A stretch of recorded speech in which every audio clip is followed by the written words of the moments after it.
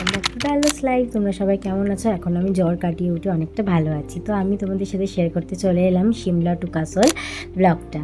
তো সকালবেলা আমরা সেদিন বেরিয়েছিলাম অলমোস্ট ভোর 5টা নাগাদ। তারপর রাস্তাতে যেতে যেতেই খুব সুন্দর একটা জায়গাতে আমরা ব্রেকফাস্ট করি, ম্যাগি চা এসব খাই। তারপরে রাস্তাটা তো অসম্ভব সুন্দর ছিল, মানে এত সুন্দর রোড ট্রিপ হবে আমি ভাবতেই পারিনি। খুব সুন্দর রোড ট্রিপ হয়েছিল।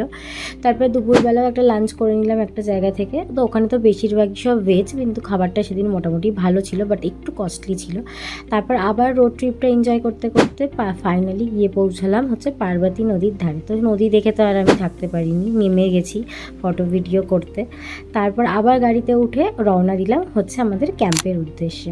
আগে থেকেই বুকিং করা ছিল ক্যাম্পে গিয়ে যথারীতি উঠে একটু ফ্রেশ হয়ে বেরিয়ে গেলাম আবার ঘুরতে নেচার পার্কে। নেচার পার্কটা অসম্ভব সুন্দর ছিল। তোমরা যদি কেউ কাসলে যাও তাহলে প্লিজ কিন্তু নেচার পার্কটা অবশ্যই যেও। পার্বতী নদীর ধারে আবার কিছুক্ষণ বসে ভিডিও ফটো করে গল্প টল্প করে আমরা ওখান থেকে বেরিয়ে চলে গেলাম হচ্ছে মানিকারণের উদ্দেশ্যে। মানিকারণে যখন গেছি তখন সানসেট টাইম আর কি।